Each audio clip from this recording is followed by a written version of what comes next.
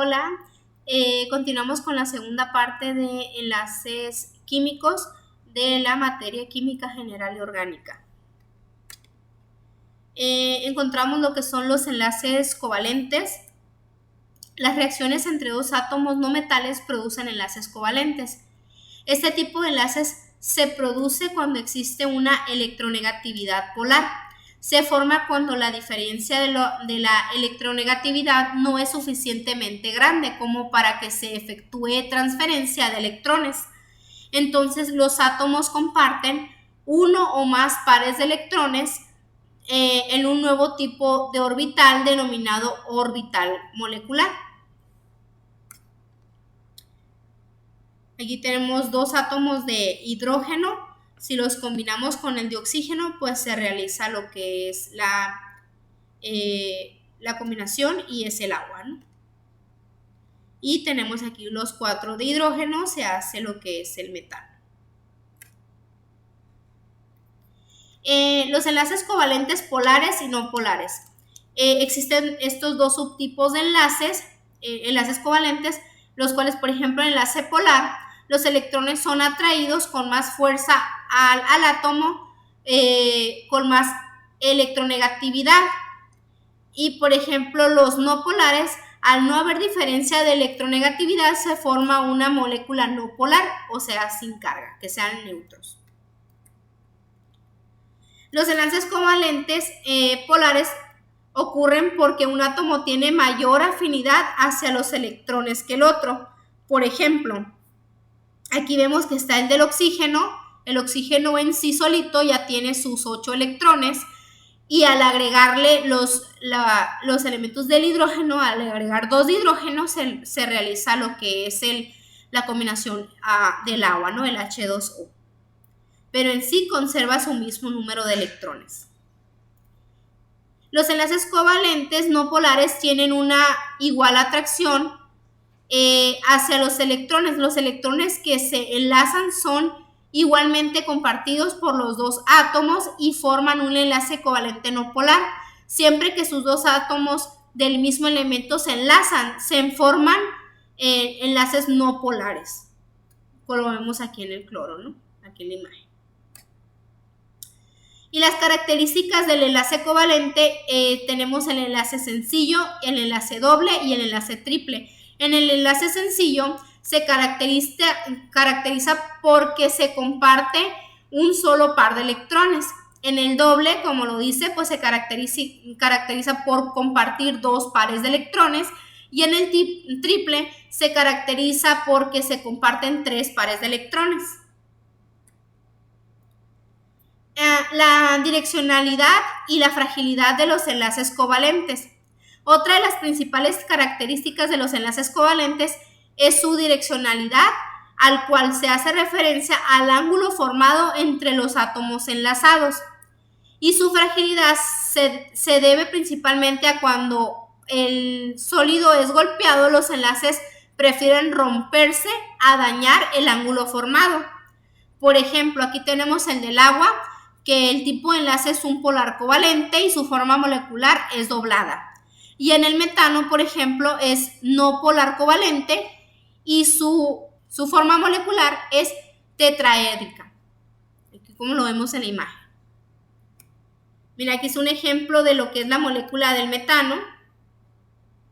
Es CH4, porque tiene 4 hidrógenos. Esa es su estructura. Conductividad eléctrica. La falta de conductividad en estas sustancias se pueden explicar porque los electrones de enlace están más fuertemente localizados, atraídos por los dos núcleos de los átomos enlazados. Por ejemplo, el del átomo de flúor en sí mismo, como está incompleto, al unirse ya se hace una unión perfecta y se hace la molécula de flúor. El punto de fusión. Dada la elevada energía necesaria para romper un enlace covalente, es de esperar un elevado punto de fusión cuando los átomos unidos extienden sus enlaces en 3 direcciones. del espacio como sucede en los diamantes. Por eso es que se ven esos reflejos destellados en el diamante, como lo podemos ver aquí en su estructura y así en físico, ¿no? En los enlaces metálicos, los átomos de los enlaces metálicos pierden fácilmente electrones de valencia y se convierten en iones positivos. Por ejemplo, en el sodio, en el cobre y en el magnesio. Los iones positivos resultantes se ordenan en el espacio formando una red metálica entre sí. Los electrones desprendidos forman una nube o un mar de electrones que pueden desplazarse a través de toda la red. Así, en el conjunto de los iones positivos del metal quedan unidos mediante la nube de electrones con carga negativa que los envuelve. El enlace no es entre átomos, sino más bien entre cationes metálicos, y lo que fueron sus electrones se hace lo que es la fuerza de atracción. Es lo que le comentaba, que se hace como una red, ¿no? O sea, se unen entre sí y son más fáciles de desplazarse entre ellos. Los núcleos de los metales se organizan en estructuras ordenadas. Es por eso que se pueden desplazar más fácilmente. Aquí tenemos características de los metales, de lo que son los enlaces metálicos. Una de ellas es la conductividad eléctrica. Se da por la presencia de un gran número de electrones móviles. La otra son buenos conductores del calor. El calor se transporta a través de los metales por las colisiones entre los electrones que se producen con mucha frecuencia. Por tanto, movimiento se hace hacerse conductores de calor. También otra característica es el brillo que los representa. Los puntos de fusión y ebullición son muy altos. Al igual que tiene lo que es la ductilidad y la maleabilidad.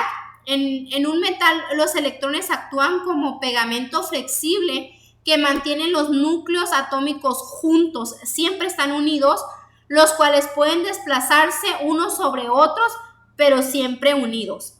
Por lo tanto, las características de los metales se pueden deformar, mas no romperse. También tiene lo que es la tenacidad y la deformabilidad. Aquí podemos observar cómo los enlaces metálicos son más fuertes que los enlaces iónicos cuando se someten a una fuerza. El enlace metálico simplemente sufre una deformación y los enlaces iónicos se rompen en la misma fuerza, como lo podemos ver aquí en la imagen. Y también tiene lo que son algunas aleaciones. Las aleaciones más importantes, el acero es intersticial. Podríamos decir que los pequeños átomos de carbono están disueltos en el hierro. Muy bien, aquí tenemos un ejemplo, por ejemplo, lo que es el peltre es una aleación del 85% estaño, el 7.3% es cobre, el 6% es bismuto y el 1.7% es el antimonio. Es muy empleada en los utensilios de cocina. También tenemos el ejemplo de las hojas de rasurar. Tienen una aleación de cromo y platino y así es como se crea lo que son las hojas de rasurar. También tenemos las aleaciones del mercurio, se llaman amalgamas. Las de plata y las de zinc son muy utilizadas por los dentistas para llenar las cavidades dentales. El mercurio, que solo es muy venenoso, es muy peligroso para la salud solito, pero cuando se encuentra en esta amalgama no representa un gran problema de salud más que a largo plazo. Es por eso que está recomendado que personas que tengan este tipo de amalgamas sean reemplazadas por otro método dental, ya que a largo plazo sí contiene problemas a la salud, pero pues a corto plazo o temporal no tienen en sí, no representa un problema a la salud. También se dice, pues el oro puro es denominado como de 24 quilates, pero es demasiado blando para usarlo, por ejemplo, en la joyería. Entonces, para hacerlo más fuerte, se alea con la plata y con el cobre, lo que en una proporción del 25% da lugar a una aleación conocida como el oro de 18 quilates. Entonces, entre más va bajando lo que es el quilates en el oro, es porque tiene más combinación, en este caso de plata y cobre. Entonces, pues muchísimas gracias. Nos vemos en el siguiente video. Hasta luego.